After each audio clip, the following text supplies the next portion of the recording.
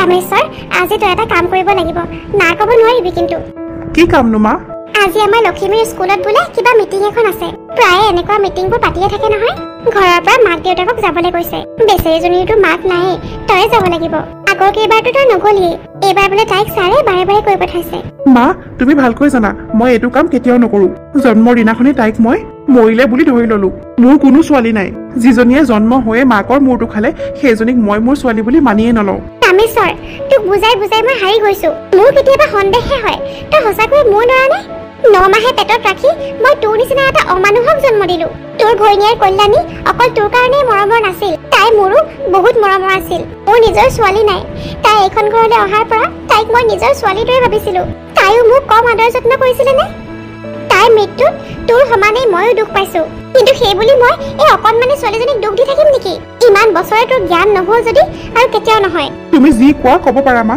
কিন্তু মই মোৰ কল্যাণীক হেৰুৱাৰ দুখ কেতিয়াও পাহৰিব নোৱাৰো সেই কুলক্ষণীজনীক দেখিলে মোৰ কল্যাণীলৈ আৰু বেছিহে মনত পৰে মোৰ ভয়হে লাগে কিজানিবা তাইৰ ওচৰলৈ গ'লে মোকো তাই শেষ কৰি পেলাব মাকৰ দৰে তই আঁতৰ হ মোৰ চকুৰ আগৰ পৰা তোৰ এই কথাবোৰ শুনি থাকিবলৈ মোৰ অলপো মন নাই ইমান বছৰে লক্ষ্মীৰ চোৱা চিতা ময়ে কৰি আহিছো আৰু জীয়াই থাকো মানে কৰি যাম আজিও তাই স্কুলৰ মিটিঙলৈ ময়ে যাম তই বাপেক নহয় তই বাপেকৰ নামত কলংক যা এতিয়া মোৰ চকুৰ আগৰ পৰা আঁতৰি যা এনেকুৱা কঠোৰ অন্তৰৰ বাপেক মই আৰু ক'তো দেখা নাই লক্ষ্মী তই দেখোন কৈছিলি আজি তোৰ দেউতা আহিব কিন্তু ক'তা তোৰ দেউতা দেখোন নাহিলেই লক্ষ্মী মিটিং দেখোন শেষেই হ'ল এতিয়ালৈকে তোৰ দেউতা নাহিলেই দেখোন মোৰ দেউতা আজি আহিবই চাবিচোন তহঁতে দেৰি হ'লেও দেউতা আহিব এতিয়া আহি আৰু কি কৰিব মিটিং দেখোন শেষেই হ'ল মোৰ মা দেউতা দুজনেই আহিছিলে এতিয়ালৈকে চাগে মা দেউতা ঘৰো পালেগে মোৰো দেউতা ৰাস্তাতে ৰৈ আছে মোক আৰু ভাইটিক লৈহে যাব তোৰ বাৰু মা নাই দেউতাটো আহিব পাৰে তোক চাগে দেউতাই ভালেই নাপায় সেইকাৰণে নাহিলে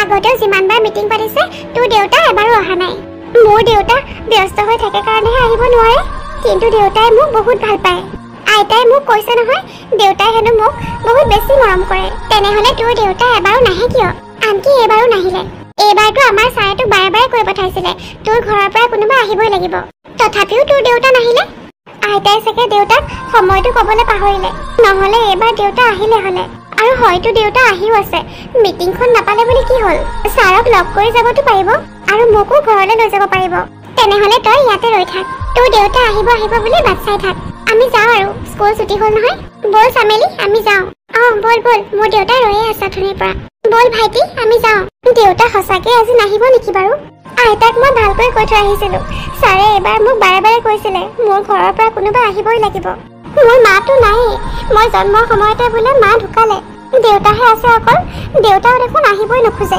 আনকি দেউতাইতো মোৰ লগত কথাও নাপাতে মোৰ মা জীয়াই থকা হ'লে চাগে মোৰ এনেকুৱা অৱস্থা নহ'ল হ'লে চব কাম পেলাই হ'লেও মোৰ কাৰণে মায়ে সময় উলিয়ালে হ'লে লক্ষ্মী তই অকলে ৰৈ আছ আইতা আজিও তুমিয়ে আহিলা মিটিং শেষেই হ'ল আইতা দেউতা নাহিলে আৰু তথাপিও মই দেউতালৈ বাট চাই আছিলো দেউতাৰ লগত একেলগে ঘৰলৈ যাম বুলি কিন্তু আজিও দেখোন মোক নিবলৈ তুমিহে আহিলা আইতা তোৰ দেউতা আহিব ওলাইছিলেই নহয় তেনেকুৱাতে ফেক্টৰীৰ পৰা ফোন আহিলে কিবা বোলে বহুত ডাঙৰ কাম এটা আছে তোৰ দেউতা নগলে বোলে নহবই সেইকাৰণে সি তালৈকে যাব লগা হ'ল তোৰ দেউতা যাবই খোজা নাছিল নহয় স্কুললৈ আহিম বুলি কৈছিলে কিন্তু ফেক্টৰীটো যদি ভালকে নচলে আমাৰ পৰিয়ালটোৰ কি হ'ব সেইকাৰণে জোৰ কৰি মই তাক ফেক্টৰীলৈ পঠাই দিলো তইতো চব কথা বুজি পাও এতিয়া ডাঙৰো হৈছ এই সৰু সৰু কথাবোৰত মন বেয়া নকৰিবি বল এতিয়া আমি দুয়োজনী ঘৰলৈ যাওঁ যাওঁতে ৰাস্তাত তোক এটা আইচক্ৰীম কিনি দিম হ'বনে হ'ব বাৰু আইতা ব'লা আৰে আইতা দেখোন টোপনিয়ে গ'ল ভাগৰ লাগিছে চাগে আইতাৰ দিনটো বহুত কাম কৰে নহয় দেউতাও আহিব হ'ল দেখোন দেউতাক এতিয়া ভাতকেইটা কোনে উলিয়াই দিব আইতাক নজগ আৰু অলপ আৰাম কৰিছে কৰিব দিওঁ দেউতাক নহ'লে ভাতকেইটা আজি ময়ে উলিয়াই দিওঁ যাওঁ দেউতাৰ কাৰণে পানী এগিলাচো লৈ আহোঁ আৰে মা দেখোন আজি সোনকালে টোপনি গ'ল ভাতকেইটা উলিয়াই থৈছে তেনেহ'লে মাক আৰু নজগাওঁ আজি শুইছে যদি শুৱক ভাতকেইটা খাই ময়ো শুয়ে থাকোঁগৈ আৰু ভাতকেইটা মুখত দিয়াৰ লগে লগে চৰচৰনি খাই গ'লো দেউতা এয়া লোৱা পানী তই মোৰ ওচৰলৈ কিয় আহিছ মোৰ কাৰণে পানী আনিবলৈ তোক কোনে ক'লে দেউতা তুমি চৰচৰনি খাই গৈছিলা সেইকাৰণেহে মই পানী লৈ আহিছিলো আঁতৰি যা মোৰ ওচৰৰ পৰা আঁতৰি যা দেউতা তুমি মোৰ লগত এনেকৈ কিয় কথা কোৱা কি হৈছে ৰামেশ্বৰ তই ইমান হুলস্থুল কিয় কৰিছ মা এই কুলক্ষণীজনীক কোৱা এতিয়া মোৰ সন্মুখৰ পৰা আঁতৰি যাবলৈ আইতা দেউতাই মোক এনেকৈ কৈছে তুমি দেখোন কৈছিলা দেউতাই মোক বহুত মৰম কৰে ৰামেশ্বৰ এই অকণমানি ছোৱালীজনীৰ লগত কেনেকৈ কথা আইতা তই সেইটো নাজানা অকণমানি বুলি কৈ তাইক ইমান চল দিব নালাগে তাই কি কৰিলে সেইটো তুমি ভালকৈ জানা কি কৰিলো দেউতা মই এনেকুৱা কি কৰিলো যাৰ কাৰণে কোনোদিন তুমি মোৰ লগত কথাই পাতি পোৱা নাই মোক তোমাৰ ওচৰলৈ আহিব নিদিয়া মই জানিব বিচাৰো মোৰ কোনটো ভুলৰ কাৰণে মই এইবোৰ শাস্তি পাই আছো শুনিব বিচাৰিছ যেতিয়া শুন জন্ম হৈয়ে তই তোৰ মাৰৰ মূৰটো খালি তোক জন্ম দিবলৈ গৈ তোৰ মা মৃত্যু মুখত পৰিলে তোৰ জন্ম নোহোৱা হলে তোৰ মা আজিও আমাৰ মাজত জীয়াই থাকিলে হলে তোৰ নিচিনা কুলক্ষণী এজনীক মোৰ ঘৰত ঠাই দিবলৈ মই বিচৰা নাছিলো কিন্তু মায়েহে জোৰ কৰি ইমান বছৰৰ পৰা তোক ইয়াত ৰাখি থৈছে তোৰ মুখখন দেখিলে মোৰো নিশ্চয় কিবা বেয়াই হ'ব তই এজনী কুলক্ষণী দেউতা তুমি মোৰ কথা এনেকৈ ভাবা মোৰ কাৰণে মোৰ মাৰ মৃত্যু হ'ল তোৰ কাৰণেই হ'ল তই মোৰ মৰমৰ কল্যাণীক আমাৰ মাজৰ পৰা কাঢ়ি লৈ গলি আৰু আজি মই তোক শেষবাৰৰ কাৰণে সাৱধান কৰি দিছো তই এইখন ঘৰত থাকিলেও থাকিব পাৰ কিন্তু মোৰ সন্মুখলৈ যাতে কেতিয়াও নাহ আইতা এইবোৰ কি কৈছে দেউতাই তই মন বেয়া নকৰিবি মই আছো নহয় মই আছো তোৰ লগত নমৰালৈকে তোৰ এই আইতাজনী সদায় তোৰ লগতে থাকিব আইতা মই দেউতাৰ সন্মুখলৈ আৰু কেতিয়াও নাহো দেউতাই চাগে ঠিকেই কৈছে মোৰ কাৰণে চাগে মোৰ মা আমাৰ মাজৰ পৰা হেৰাই গ'ল এতিয়া মোৰ কাৰণে দেউতাৰো কিবা বেয়া হোৱাটো মই নিবিচাৰো আইতা তেনেকুৱা কথা একেবাৰে নহয় তোৰ কাৰণে একো হোৱা নাই তোৰ মাজনী অলপ বেছিয়ে ভাল আছিল যে ভগৱানে বোলে ভাল মানুহক সোনকালে তেখেতৰ ওচৰলৈ লৈ যায় সেইকাৰণে চাগে আমাৰ কল্যাণীকো লৈ গ'ল দেউতাৰ কথা শুনি তোৰ মনলৈ এনেকুৱা কথা কেতিয়াও নানিবি তোৰ কাৰণে এইবোৰ একো হোৱা নাই মাজনী তথাপিও আইতা দেউতাই নিবিচাৰে যেতিয়া মই দেউতাৰ পৰা আঁতৰাই থাকিম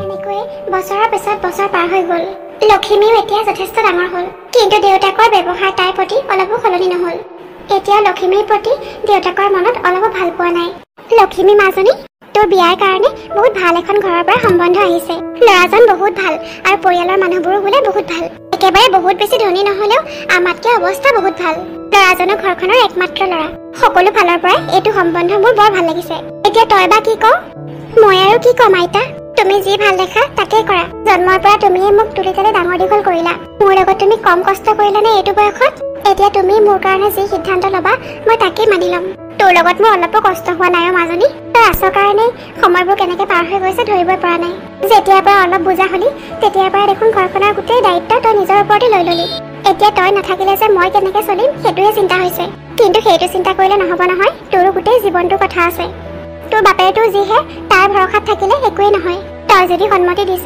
তেনেহ'লে মই কথাটো আগবঢ়াওঁ আৰু ন আইতা মই এইখন ঘৰৰ পৰা বিয়া হৈ ওলাই গ'লেহে চাগে দেউতাই মনত অলপ শান্তি পাব তই গুচি যোৱাৰ পাছতহে সি তোৰ মূল্য বুজি পাব মাজনী তই থকাৰ কাৰণে যে আমাৰ ঘৰখন কিমান ভৰা ভৰা হৈ আছে তই যেতিয়া বিয়া হৈ বেলেগ এখন ঘৰলৈ গুচি যাবি তেতিয়াহে সি অনুভৱ কৰিব নাজানো আৰু আইতা দেউতাই মোক বাৰু অলপ হ'লেও ভাল পাবনে কেতিয়াবা তই সেইবোৰ চিন্তা বাদ দে এতিয়া তোৰ আগন্তুক জীৱনটোৰ কথা চিন্তা কৰ ভগৱানৰ কৃপাত বহুত ভাল এখন ঘৰৰ পৰাই সম্বন্ধ আহিছে তই গোটেই জীৱন বহুত সুখত থাকিবি মাজনী তেনেহ'লে মই ফোন কৰি এতিয়া তেওঁলোকৰ ঘৰত জনাই দিওঁ ঠিক আছে আইতা বিয়াৰ দিনা লখিমী বহুত আশালৈ দেউতাকৰ ওচৰলৈ আহিছিল এইখন ঘৰত তাইৰ শেষ দিনটোত কিজানিবা দেউতাকে তাইক অলপ ভালকে কথা কয় দেউতা প্ৰথমেই মই তোমাক ক্ষমা বিচাৰিছো মোক তুমি বহু বছৰ আগতেই কৈছিলা তোমাৰ সন্মুখলৈ কেতিয়াও নাহিবলৈ আৰু ময়ো তোমাৰ কথা আখৰে আখৰে পালন কৰি আহিছো যিমান পাৰো তোমাৰ পৰা আঁতৰতে আছিলো কিন্তু দেউতা আজি এইখন ঘৰত মোৰ শেষ দিন দেউতা আজি মোৰ বিয়া তোমাক আমনি কৰিবলৈ মই আৰু এইখন ঘৰত নাথাকো এতিয়াৰ পৰা অন্তত আজিৰ দিনটোত মোৰ ফালে এবাৰ চোৱা দেউতা ৰামেশ্বৰ আজি অন্তত তোৰ কঠোৰ মনটো অলপ কোমল কৰ মা মোৰ এতিয়া একো কথাই সুধিব মন যোৱা নাই তোমালোকে অনুগ্ৰহ কৰি মোক অকলে থাকিব দিয়া দেউতা হাজাৰ হলেও মই তোমাৰেই ছোৱালী হয় অন্তত আজি মোক আশীৰ্বাদ এটা দিয়া বল লখিমী ইয়াৰ পৰা বল সময় বহুত হ'ল নহয় তোৰ দেউতাৰ নাই বুলিয়ে ভাবি ল মাৰকতো সৰুতেই হেৰুৱালি তোৰ দেউতাৰো মৰিল বুলিয়ে ভাবি ল তোৰ জীৱনত অকল আপোন বুলিবলৈ মই আছো তোৰ আইতা আৰু এতিয়াৰ পৰা সেইখন ঘৰৰ সকলো মানুহ তোৰ আপোন হ'ব তাৰ বাহিৰে তোৰ আৰু কোনো নাই লখিমী বল এতিয়া বহুত দেৰি হ'ল নহয় মানুহবোৰ ৰৈ আছে তোৰ কাৰণে দেউতা দেউতা যাওঁ মই মোক ক্ষমা কৰি দিবা নতুনকৈ বিয়া হৈ যোৱা ঘৰখনত লখিমীয়ে বহুত মৰম পালে ঘৰখনৰ সকলো মানুহে তাইক বহুত মৰম কৰে লখিমী বিয়া হোৱা এবছৰ পাৰ হৈ গ'ল এতিয়া লখিমী 7 মাহৰ গৰ্ভৱতী লখিমী সঁচাকৈয়ে তোমাৰ নামটোৰ দৰে তুমি লখিমীয়ে হয় যেতিয়াৰ পৰা আমাৰ এই ঘৰখনলৈ আহিছা তেতিয়াৰ পৰা সকলো ভালেই ভাল হৈ আছে আৰু আৰু এতিয়াতো তুমি আমাক পৃথিৱীৰ চবতকৈ ডাঙৰ সুখ দিবলৈ ওলাইছা। মোৰ নাতি বা নাতিনী এইখন পৃথিৱীলৈ অহাৰ পিছত আমাৰ ঘৰততো ফূৰ্তিৰ কোনো সীমাই নাথাকিব। মা, এইখন ঘৰৰ পৰা মই ইমান মৰম পালো। মই কেতিয়াও ভবা নাছিলো নতুন এখন ঘৰত আহি যে মই ইমান মৰম পাম। মই সঁচাকৈয়ে বহুত ভাগ্যৱান, ইমান ভাল এটা পৰিয়ালত যে মোৰ বিয়া হ'ল। বোৱাৰী, মই কি ক'বলৈ আহিছিলো আৰু কি কৈ আছো চোৱাচোন। আমাৰ ইয়াত আকৌ 7 মাহৰ কিছুমান নিয়ম আছে। তোমাৰতো 7 মাহ হ'লেই। ভাবিছো সৰু সুৰাকে হ'লেও অনুষ্ঠান এটা পাতো। তুমিও তোমাৰ দেউতা আৰু আইতাক মাতি দিবা। মই বাৰু ফোন কৰি কমেই, কিন্তু তোমাৰ দেউতা দেখোন আজিলৈকে আমাৰ ঘৰলৈ অহাই নাই। সেইকাৰণে তুমি এবাৰ কৈ দিবা। তুমি ক'লে তোমাৰ দেউতা নিশ্চয় আহিব। হ'ব বাৰু মা, মই কৈ চাম বাৰু, কিন্তু দেউতা নাহে চাগে। কিয় বোৱাৰী, যোৱা এটা বছৰত তোমাৰ দেউতা আজিলৈকে আমাৰ ঘৰলৈ অহা নাই। লক্ষ্মী, ময়ো তোমাৰ কথাটো সুধিম বুলি ভাবিয়ে আছিলো। দেউতা আচলতে বহুত ব্যস্ত হৈ থাকে যে। গোটেই ফেক্টৰীৰ কাম দেউতাই অকলে চাব লাগে। আমাৰ ল'ৰাও নাই নহয়, সেইকাৰণে দেউতাই সময় মিলাব নোৱাৰে। সেইবুলি আৰু জীয়েকক বিয়া দিয়া ঘৰখন নাচাবহিনে? এইবাৰ কিন্তু আহিবই লাগিব তেখেত। হ'ব বাৰু মা, মই ক'ম বাৰু। ঠিক আছে বাৰু বোৱাৰী। ৰবি, তোক ভাতকেইটা উলিয়াই দিওঁ। দেউতা যে আচলতে কিয় নাহে সেইটো মই আপোনালোকক কেনেকে ক'ম মা? দেউতাইতো মোক নিজৰ ছোৱালী বুলি নাভাবেই। মোৰ কাৰণে অলপো ভাল পোৱাই নাই তেওঁৰ মনত। কিজানিবা এতিয়া দেউতাৰ মনটো অলপ সলনি হৈছে। মই ফোন কৰি আইতাক ক'ব লাগিব। দেউতা যদি আহে মোৰো বহুত ভাল লাগিব। লক্ষ্মী আৰু আইতাকে বহুত জোৰ কৰাৰ পিছতো দেউতাক লক্ষ্মীৰ 7 মাহীয়া অনুষ্ঠানলৈ নগ'ল। আৰু 2 মাহ পাৰ হৈ গ'ল। লক্ষ্মীক আজি নাৰ্ছিং হোমত এডমিট কৰা হৈছে। ৰামেশ্বৰ, লক্ষ্মীক আজি এডমিট কৰিলে নহয়। এনেকুৱা সময়ত আমাৰ ঘৰৰ পৰা কোনো নগ'লে কেনেকুৱা হ'ব বাৰু কথাটো? মই ওলাই মেলি লৈছিলোৱে যাম বুলি। তই যে নাযাওঁ সেইটোতো গম পাৱেই, কিন্তু হঠাৎ মোৰ মূৰটো ইমান ঘূৰাব ধৰিছে। মইনো আৰু কিমান চম্ভালি থাকিম কচোন? এনেও লক্ষ্মী এইখন ঘৰৰ পৰা যোৱাৰ পিছৰে পৰা মোৰ দেখোন ইটো সিটো বেমাৰ হৈয়ে থাকিব লৈছে। তইতো তাইৰ ফালে এতিয়াও গুৰুত্বই নিদিয়। মই এইটো বয়সতো বাৰু মোৰ নিজৰ কথাই চিন্তা কৰিম নে লক্ষ্মীৰ কথা? মই জানো তোক কৈ একো লাভ নাই, তইতো নাযাওঁ বুলিয়ে কবি। মৰি ধৰি হ'লেও ময়ে যাব লাগিব। নাই মা, তুমি যাব নালাগে। লক্ষ্মীক চাবলৈ আজি মই যাম। তই সঁচাকৈ যাবি? মা, মই তাইৰ দেউতাক হয়, মই যাম চাবলৈ। ইমান বছৰে মই সঁচাকৈ তাইৰ লগত বহুত বেয়া কৰিলো। তাই নকৰা ভুল এটাৰ শাস্তি গোটেই জীৱন তাইক মই দি থাকিলো। কিন্তু এতিয়া মই অলপ অনুভৱ কৰিব পাৰিছো। মই জানো এইখিনি কথা বুজি পোৱাত মোৰ বহুত দেৰি হৈ গ'ল, কিন্তু দেৰি হ'লেও অন্তত মই বুজি পাইছো এতিয়া। তাইক বিয়া দিয়াৰ পিছৰে পৰা মোৰো ফেক্টৰীত লোকচানৰ ওপৰত লোকচানেই হৈ আছে। তাই চাগে সঁচাকৈয়ে আমাৰ ঘৰখনৰ লক্ষ্মীয়ে আছিলে। মই সেই লক্ষ্মী ছোৱালীজনীক কুলক্ষণী নাম দিছিলো। সঁচাকৈ মা, মই বহুত ডাঙৰ পাপ কৰিলো। সোনকালে গৈ লক্ষ্মীক ক্ষমা খুজিব পাৰিলেহে মোৰ শান্তি লাগিব। তেনেহ'লে আজিতকৈ ভাল দিন আৰু নাই ৰামেশ্বৰ। আজি এনেও আমাৰ লক্ষ্মীৰ ল'ৰা ছোৱালী হ'ব, আৰু তইও তাইৰ ওচৰলৈ যাবি। তাইক আৰু আজি একো নালাগে। তাই যে কিমান ফূৰ্তি পাব আজি। যা ৰামেশ্বৰ, যাওঁ যদি সোনকালে যা। অথনিয়ে তাইক এডমিট কৰিলে। মা, যাওঁ মই সোনকালে। হওক তেওঁ, দেৰিকে হ'লে ল'ৰাটোৱে যে বুজি পালে। ৰবি, সেইবোৰ কি হৈ গ'ল ৰবি? আৰে, আজি ইমান ভাল দিনটোত আপোনালোকে কান্দিছে কিয়?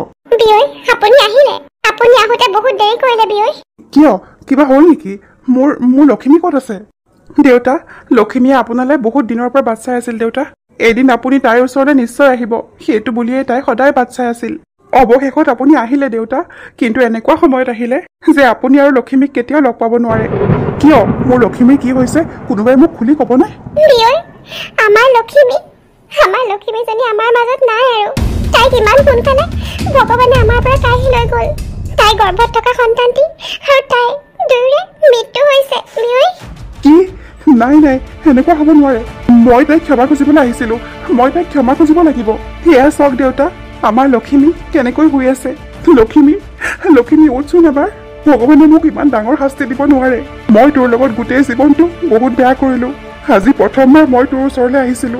আজিৰ পৰা সকলো ঠিক হৈ গ'ল হ'লে, কিন্তু এয়া কি হৈ গ'ল? নাকান্দিব দেউতা, আৰু নাকান্দিব।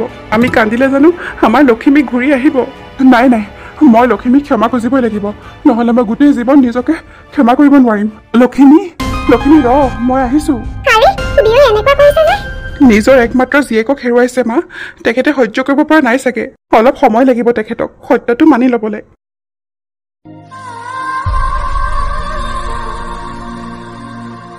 লক্ষ্মীৰ মৃত্যুৰ খবৰটো আইতাকেও সহ্য কৰিব নোৱাৰিলে, আৰু সেইদিনাখনেই আইতাকৰো মৃত্যু হ'ল।